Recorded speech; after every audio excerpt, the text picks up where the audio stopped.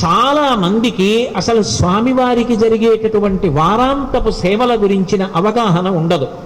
సోమవారం నాడు జరిగేటటువంటి విశేష పూజ అంటే ఏమిటి, ఆ విశేష పూజలో ఏం చేస్తారు, మంగళవారం నాడు అష్టదళ పాద పద్మారాధన అంటే ఏమిటి, ఏం చేస్తారు, అసలు ఆనందనిలయ విమానంలో సుప్రభాత పఠనం ఎలా జరుగుతుంది, సుప్రభాత పఠనం తర్వాత జరిగేటటువంటి విశేషాలు ఏముంటాయి, ఏం చేస్తారు వెంకటేశ్వరుడి గుడిలో, ఏకాంత సేవ ఎలా జరుగుతుంది, బుధవారం నాడు సహస్ర కలశాభిషేకం ఎలా ఉంటుంది, వెంకటేశ్వరుడి ధ్రువమూర్తి పక్కన ఎన్ని మూర్తులు ఉంటాయి, ఏ మూర్తి ఏ రకమైనటువంటి ఉత్సవాన్ని అందుకుంటూ ఉంటుంది, గురువారం నాడు జరిగేటటువంటి అన్నకూటోత్సవం ఏమిటి, సాయంకాలం జరిగేటటువంటి సళ్ళింపు ఏమిటి, శుక్రవారం నాడు జరిగేటటువంటి అభిషేకం ఏమిటి, అసలు స్వామివారి సహస్రనామార్చన వెనక ఉన్న ఆంతర్యమేమి, ఆ తులసీదళానికి ఉన్నటువంటి ఆ శక్తి ఏమి, ఈ విశేషాల గురించి తెలుసుకోవాలన్న ఆర్తి ఉన్న ప్రత్యక్షంగా ఒక్కసారి కూడా చూసే అవకాశం బహు తక్కువ మందికి ఉంటుంది.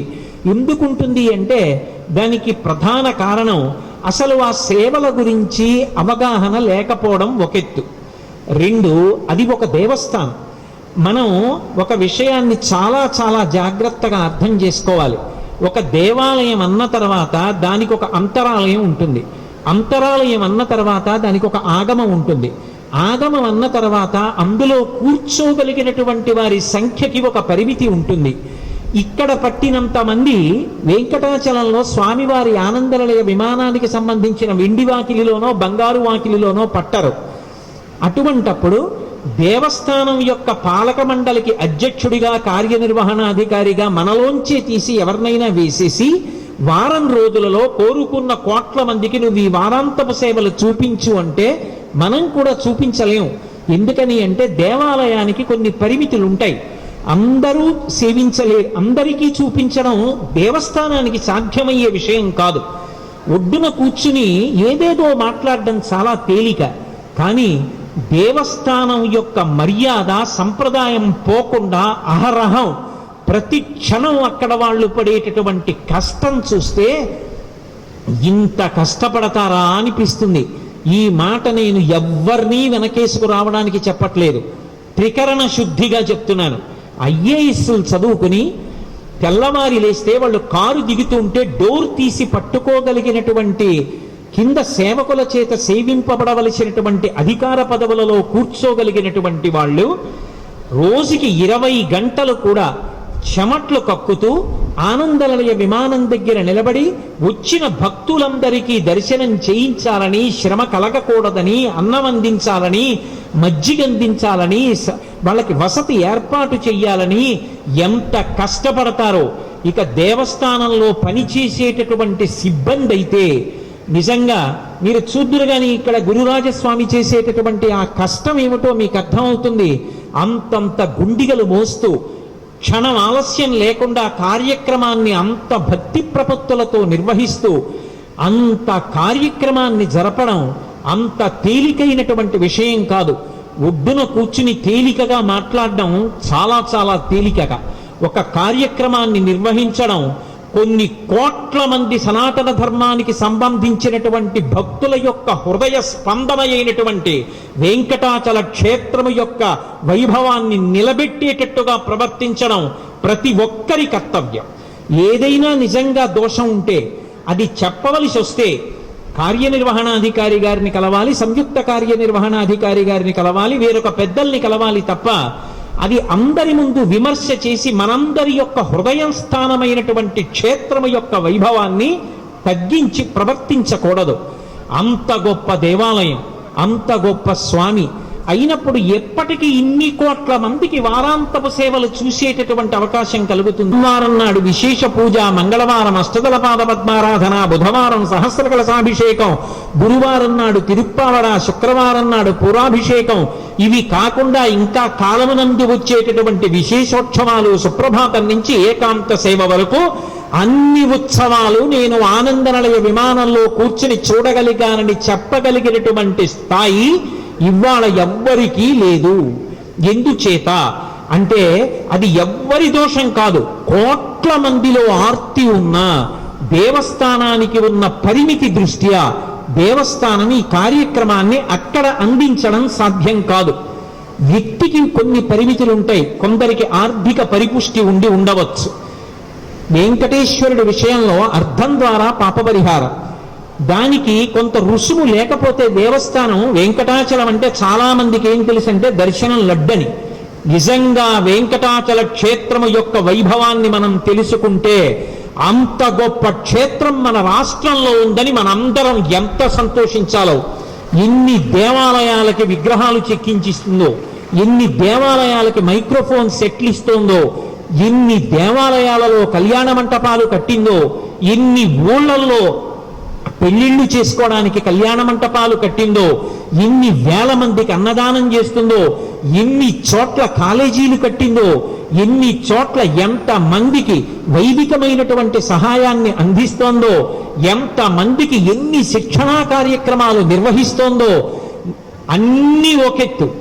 ఇన్ని లక్షల మంది భక్తులు ప్రతిరోజు వచ్చి వెళ్ళేటటువంటి క్షేత్రంలో ఒక్క ఎండుటాకు ఒక అరగంట పాటు కింద పడి ఉండి ఉండకుండా, తాగి విసిరేసినటువంటి మంచినీళ్ల గ్లాసు దగ్గర నుంచి పిల్లలు తిని విడిచిపెట్టేసినటువంటి ప్లాస్టిక్ కవర్ల వరకు, కొండ కింద నుంచి కొండ పై వరకు తుక్కన్నది కనపడకుండా అంత పరిశుభ్రంగా ఉన్న క్షేత్రం భారతదేశం మొత్తం మీద తిరుమల ఒక్కటే.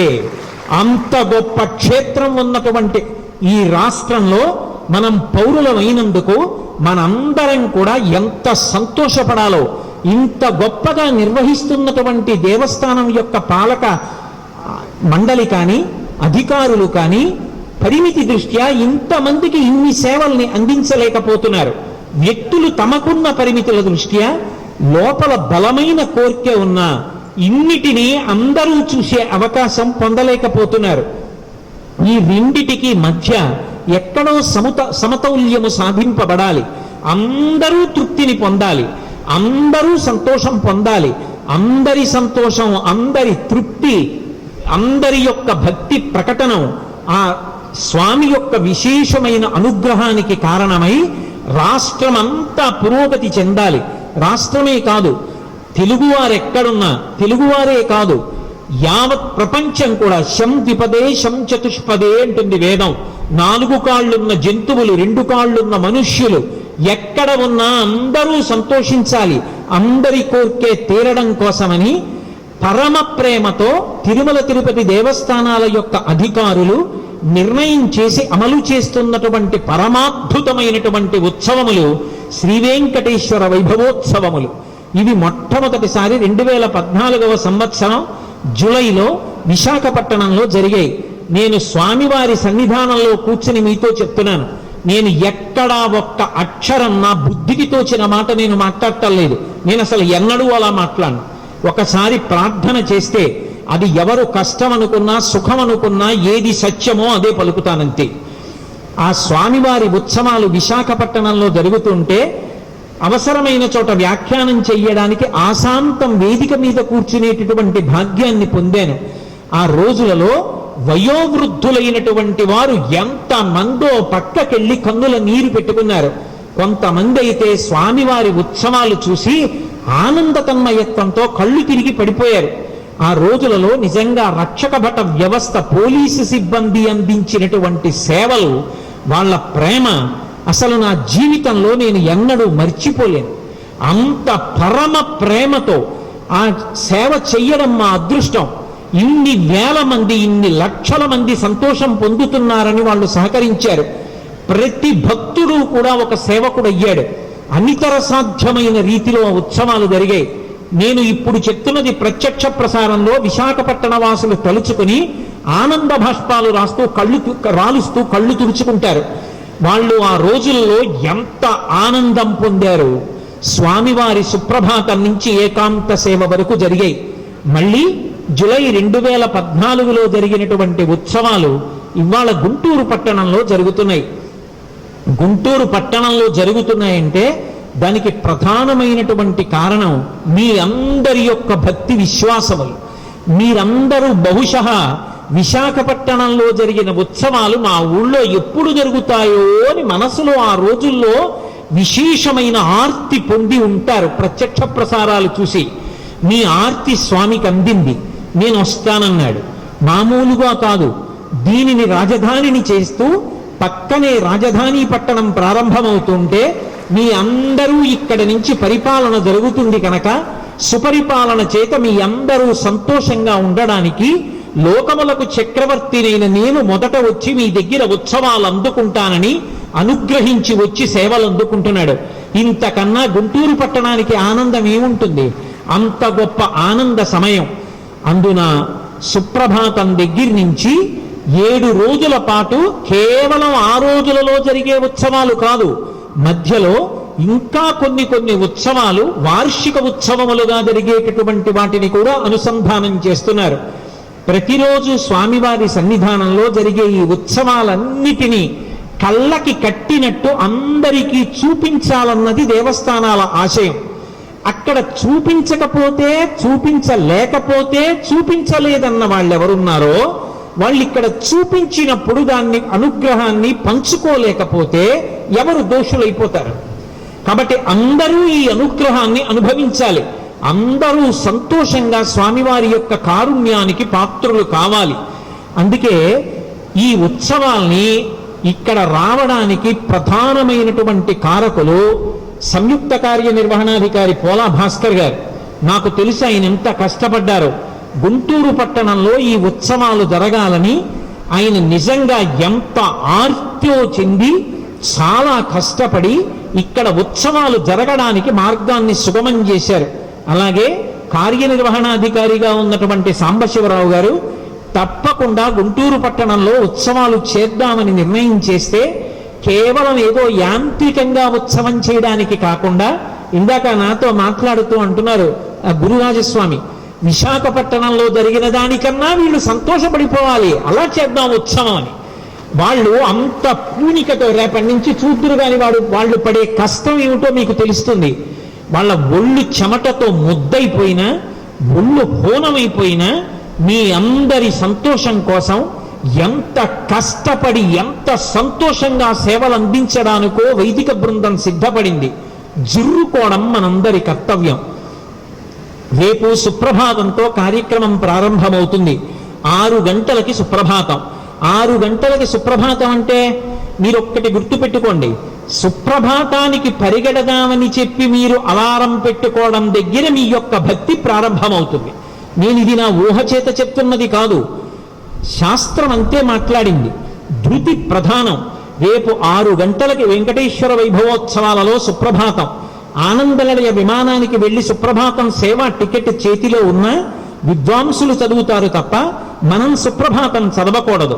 కానీ రేపటి రోజున ఇక్కడ ఎక్కడైనా ప్రాంగణం ఖాళీ ఉండిపోయిందనుకోండి, వీళ్ల కోసం నేను ఇంత బయలుదేరి వస్తే ఇంత చోటు మిగిలిపోయిందా అని స్వామి తెల్లబోడు ఇసకేస్తే రావడానికి వీలు లేదు. ఇన్ని లక్షల కంఠాలు, ఇన్ని వేల కంఠాలు కలిసి సుప్రభాత పఠనం చెయ్యాలి.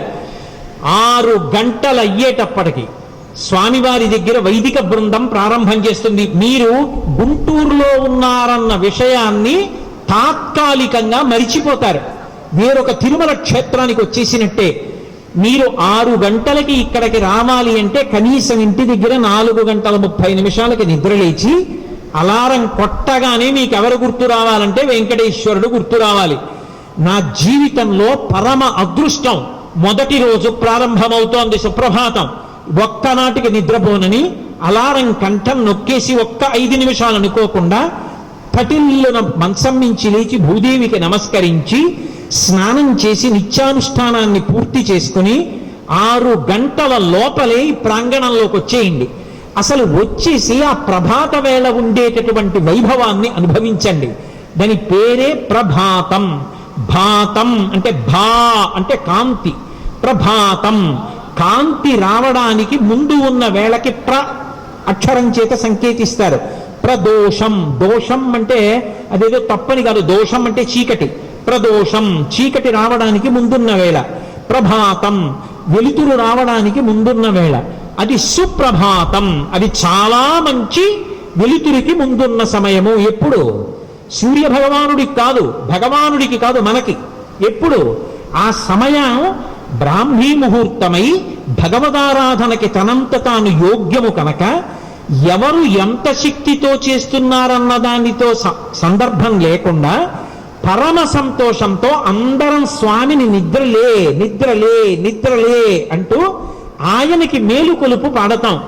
ఆయన మేలుకోవాలని, ఆయన కన్నులు విప్పి మన్ని చూడాలని, ఇంతమంది వచ్చారా నా కోసం సుప్రభాతం పాడారా అని ఆయన ఆ పద్మపీఠం నుంచి ఇలా కనులు విప్పి చూస్తే ఆయనని మనం చూడడం కాదు, మనని ఆయన చూడాలి. అమ్మమ్మ ఇంతమంది వచ్చారా నా కోసం అని ఆయన మురిసిపోయి ఇలా చూస్తే ఆ చూపులలో మనం పడాలని పరమ సంతోషంతో పరిగెత్తుకు రావడంలో తెల్లవారుజామున 4:30కి మీరు లేచినదాదిగా మీరు చేస్తున్నది పూజే. 6 గంటలకి ఇక్కడికి వచ్చాక కౌసల్యా సుప్రజా రామ పూర్వా సంధ్యా ప్రవర్తతే అంటూ ప్రారంభమవుతుంది. విశ్వామిత్ర మహర్షి రామచంద్రమూర్తిని నిద్ర లేపినప్పుడు పాడినటువంటి సుప్రభాత శ్లోకం శ్రీరామాయణాంతర్గతమైన బాలకాండలో ఏది ఉందో ఆ శ్లోకంతో ప్రారంభం. ఇన్ని వేల మంది కలిసి సుప్రభాత పఠనం చేస్తారు. ఆ సుప్రభాత పఠనం అయిపోగానే నిజంగా సుప్రభాతం ఎలా ఉంటుందో వర్ణిస్తారు. దాన్ని లోపల అనుభవిస్తూ మీ అందరూ పాడండి. ఆ విద్వాంసులు చదువుతున్నప్పుడు పుస్తకాలు తెచ్చుకుంటే ఎక్కడ దోషం లేకుండా చదవడం అలవాటు అవుతుంది. ఇదొక మంచి ప్రక్రియ. మీరు కూడా ఇంట్లో చదవచ్చు. సుప్రభాతం చదివేటప్పుడు కూర్చుని చదవకూడదు, అందరూ నిలబడి చదవాలి. అందుకని చక్కగా సుప్రభాత పఠనం చెయ్యండి. చేసేటప్పుడు ఆ శ్లోకాల్లో అన్నన్ మహాకవి అప్పటికప్పుడు చెప్పాడు. స్వామివారి యొక్క పాదపీఠం దగ్గర నిలబడి ఆయన గురువు గారు సుప్రభాతం పఠించమంటే ఆసువుగా అప్పటికప్పుడు చెప్పాడు. ఎంత అనుభవించి చెప్పాడో. స్వామి నిద్రలే నిద్రలే నిద్రలే అని చెప్పడానికి ఒక్కొక్క గుర్తు ఎన్ని గుర్తులు చెప్తారో. ఉన్మీల్యనేత్రయుగముత్తమ పంచరస్తాః పాత్రా వశిష్ఠక దళీప లపాయసాని భుక్త్వా సలీలమదకేళి శుకాః పఠంతి శేషాద్రిశేఖర విభో తవ సుప్రభాతం. అదిగో పంజరంలో ఉంచబడినటువంటి చిలుకలు తాము తినగా మిగిలిపోయినటువంటి పండు ముక్కల్ని తిని తెల్లవారుతోందని మరి ఎంతో సంతోషంగా అరుస్తున్నాయి. స్వామి ఆకాశ సింధుక మలాని మనోహరాణి ఆదాయ పాదయుగమర్చయితుం ప్రపన్నాః. అదిగో ఆ సుప్రభాతం అవుతున్నటువంటి సమయంలో ఆ తామరలన్నీ కూడా విచ్చుకుంటున్నాయి. బృంగములన్నీ కూడా రొద చేస్తూ దానిలోకి వెళ్ళి తేనె తాగుతున్నాయి. ఒకప్పుడు నువ్వు యదువంశంలో జన్మించావు. నీ అమ్మ చల్ల చేస్తుంటే స్వామి కుండకి కవ్వానికి యుద్ధం వచ్చిందా అన్నట్టుగా చర్చస్ చర్చస్ అని చప్పుడు వచ్చేది. అదిగో నీకు వినపట్టలేదా? నందవ్రజంలో మీ అమ్మ చల్ల చేస్తున్న చప్పుడు నిద్రలే నిద్రలే నిద్రలే అని మనందరం అడిగితే ఆయన నిజంగా నిద్రపోయినవాడా? కాదు, ఉపచారము చేత సంతోషిస్తాడు. మామూలుగా ఏదో మంగళవాద్యానికి మేల్కొని చూడడం కాదుట. ఆయన ఎలా లేస్తాడో అన్నం కవి అనుభవించాడు. అది రేపు మనం అనుభవించాలి మన జీవితాల్లో. కమలాకు చచుచుక కుంకుమతో నియతారుడితాతుల నీలతనో కమలాయతలోచనలో కపతే విజయీ భవ వెంకట శైలపతే అంటారు. ఆ సుప్రభాతం పూర్తి చేస్తూ ఓ మాట అంటారు. యుద్ధం ఏదో ఈ సుప్రభాతాన్ని ప్రతిరోజు ఎవరు చదువుతున్నాడో వాడు ధన్యుడవుతున్నాడు, ఫలశ్రుతి. కానీ ఆ సుప్రభాతం చదవగా చదవగా చదవగా స్వామి మేల్కొన్నాడు. ఎలా మేల్కొన్నట్ట? ఆయన మేల్కొని దంతధావనం చేసి చక్కగా అంగరాగములు నలదుకుని 24 అంచుల సరిగంచు పట్టుపంచ కట్టుకుని హేళగా ఉత్తరీయం వేసుకుని వచ్చి దర్బార్లో సింహాసనం మీద కూర్చుని దర్శనం ఇచ్చాడు అనుకోండి. అందులో ఏమి కారుణ్యం, ఏమి ప్రేమ? అలా కాదుట. ఎలా కనపడతాడంటే కమలాకు చచూచుక కుంకుమతో నియతారుణితాతుల నీలతనో కమలాయతలోచనలో కపతే విజయీ భవ వెంకట శైలపతే. రాత్రి ఆ లక్ష్మీదేవిని కౌగలించుకుని స్వామి పడుకుని నిద్రపోయినప్పుడు ఆ తల్లి ఆ స్వామిని సంతోష పెట్టడానికి తన కుచమండలానికి అలదుకున్నటువంటి కుంకుమ ఏది ఉన్నదో అది ఆయన యొక్క వక్షస్థలానికి అలదుకున్నది. అసలే నీలమేఘశ్యాముడై అటువంటి వర్ణంతో ఉంటాడు. పోనీ ఆయన కూడా ఏదో ఎర్రటి వాడు అనుకోండి, గొడవ లేదా, కుంకం కలిసిపోతుంది వక్షస్థలంలో. వెనక చూస్తే స్వామివారు నీలమేఘఛాయతో ఉంటాడు. జలధర దేహు నాజాను చతుర్బాహు సరసీరుహక్షు విశాలవక్షు జారు గదా శంఖచక్ర పద్మ విలాసు కంఠ కౌస్తుభమణి కాంతిభాను కమనీయ కటిసూత్ర కంకణ కేయూర శ్రీవత్సలంచనంచిత విహారు మరుకుండల ప్రభాయుత కుంతలలాటు వైఢూర్య మణిగణ వరకిరీటు బాలు పూర్ణేందు రుచిజాలు భక్త లోకపాలు సుగుణాల వాలు కృపా విశాలు చూచి తిలకించి పులకించి చోద్యమంది ఉబ్బి చెలరేగి వసుదేవుడు ఉత్సహించే అంటారు భాగవతం దశమస్కంధంలో పోతన గారు. అలా నల్లటి స్వామిని అమ్మవారు కౌగిలించుకొని పడుకుంది. ఆమె యొక్క కుచుములకు అలదుకున్నటువంటి కుంకుమ రేఖలు ఆయన యొక్క వక్షస్థలం మీద పడ్డాయి. ఆయన అయ్యయ్యో గుంటూరులో ఇన్ని వేల మంది పరిగెత్తుకొచ్చి సుప్రభాతం చదువుతున్నారని ఆయన అయ్యో ఇలా కనపడితే బాగుంటుందా అని కూడా ఆలోచించకుండా తటాలున తల్పం నుంచి లేచి బయటికి వచ్చి ఒక్కసారి ఇలా కనపడ్డాడు. కనపడేటప్పటికి ఉత్తరీయం సరిగ్గా వేసుకోలేదు, ఉత్తరీయం జారిపోయింది. ఆ వక్షస్థలం మీద అమ్మవారి కుచుమలకు అలదుకున్న కుంకుమ రేఖలు కనపడుతున్నాయి. స్వామి మా కనురాపు తగులుతుందేమో, కప్పేసుకో ఉత్తరీయం, ఇంత కారుణ్యమా, మా కోసం ఇలా కనబడిపోతున్నావా? విజయీభవ వెంకట శైలపతే సచతన్ముఖ షణ్ముఖ పంచముఖ ప్రముతాఖిల దైవత మౌళిమణే శరణాగత వత్సల సార నిధే పరిపాలయమం వృషశైలపతే. ఏమి శాబ్దిక సౌందర్యాన్ని ప్రయోగించాడండి మహానుభావుడు, ఎంత ప్రపత్తి చేశాడు. వినా వెంకటేశం ననాథో ననాథ సదా వెంకటేశం స్మరామి సదా వెంకటేశం అని ఆయన దగ్గరికి వచ్చి శరణాగతి చేసి నిలబడుతుంటే నేను చేసినవి ఎన్ని దోషాలు, ఎంత పెద్ద దూది పర్వతమైన నిరుసు చాలదు కాలిపోవడానికి. అజ్ఞానినామయా దోషాన్ అశేషాన్ విహితాన్ హరే క్షమస్వత్వం శేషశైల శిఖామణే. నీ దివ్యమంగళమైనటువంటి చూపుల చేత నా పాపముల రాశిని దగ్ధం చేయి స్వామి అని ఆయన ముందు నిలబడి సుప్రభాతం చరవడం. అందున రేపు సప్తమితో కూడుకున్నటువంటి స్థిరవారం, సప్తమితో కూడుకున్న స్థిరవారం నాడు అందున వసంత ఋతువులో మధుమాసమని ప్రీతిగాంచినటువంటి చైత్రమాసంలో ఏ రామచంద్రమూర్తిగా స్వామి ఆవిర్భవించాడో ఆ మాసంలో కృష్ణపక్షంలో సూర్య భగవానుడికి అత్యంత ప్రీతిపాత్రమైనటువంటి సప్తమి తిథి ప్రభాత వేళలో తను మన కోసమని బయలుదేరి వస్తే ఇంత దూరం ప్రయాణం చేసి వచ్చి ఇప్పుడు కూడా పద్మపీఠం ఎక్కి రేపు పొద్దున్నెందుకు లేరా ఇప్పుడే కనపడతానని ఒకసారి మనందరికీ దర్శనమిచ్చినటువంటి స్వామి రాత్రి బడలిక చెంది నిద్రపోతే మనందరం సంతోషంతో తెల్లవారేటప్పటికి ఇన్ని వేల మంది వచ్చి సుప్రభాతం పాడుతుంటే ఎంత సంతోషపడిపోయే ఆయన మన వంక చూస్తాడు. అది ఉత్సవం. లోపల ఉన్నటువంటి ఉచ్ఛూతే హర్షం, మనలో ఉన్నటువంటి సంతోషము ప్రకటనమవ్వాలి. అలా సుప్రభాత పఠనం చెయ్యాలి. అటువంటి సుప్రభాత పఠనమైన తరువాత లోపల వెంకటాచలంలో సన్నిధి గొల్ల కాగడాతో స్వామిని దర్శనం చేసి వెన్నతాంబూలం పుచ్చుకుంటాడు. మనకి ఇక్కడ మంగళహారతి అవగానే స్వామివారి యొక్క దివ్యమంగళమైనటువంటి స్వరూపాన్ని దర్శించే అదృష్టం కలుగుతుంది. తిరుమలలో మీకు ఏ టికెట్టు లేదు, అది చూడడం సాధ్యం కాదు కూడా. కేవలం ఇక్కడ జరుగుతున్నటువంటి వెంకటేశ్వర వైభవోత్సవములనందు మాత్రమే తిరుమల కొండ మీదకి వెళ్ళిన వాళ్ళు కూడా చూడలేని ఒక అద్భుతాన్ని చూడగలుగుతారు. ప్రభాత కాలంలో జరిగేటటువంటి అర్చనా క్రమాన్నంతటి నేను ఇవాళ చెప్పను, కానీ కొన్ని ముఖ్యమైనటువంటి విశేషాల మీద విహంగ వీక్షణం చేస్తాను. స్వామివారికి ప్రభాత కాలంలో అర్చన చేసేటప్పుడు కొన్ని అద్భుతమైనటువంటి విశేషాలు ఉంటాయి. అన్నిటికన్నా అనేకమైనటువంటి సాలగ్రామాల్ని తట్లలో తీసుకొస్తారు.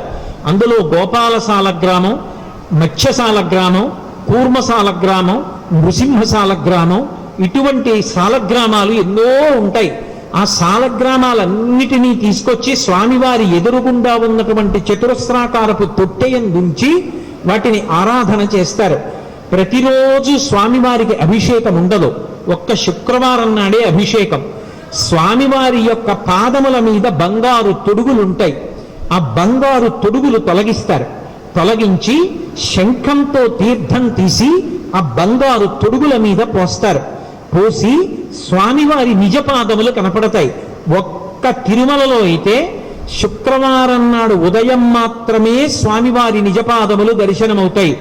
కానీ వెంకటేశ్వర వైభవోత్సవాలలో రేపు మీరు టీవీ స్క్రీన్ల మీద చూస్తారో, ముందుకొచ్చి కూర్చున్నటువంటి అదృష్టవంతులు చక్కగా ప్రత్యక్షంగా చూస్తారో, కనురెప్ప వెయ్యకుండా గమనించండి.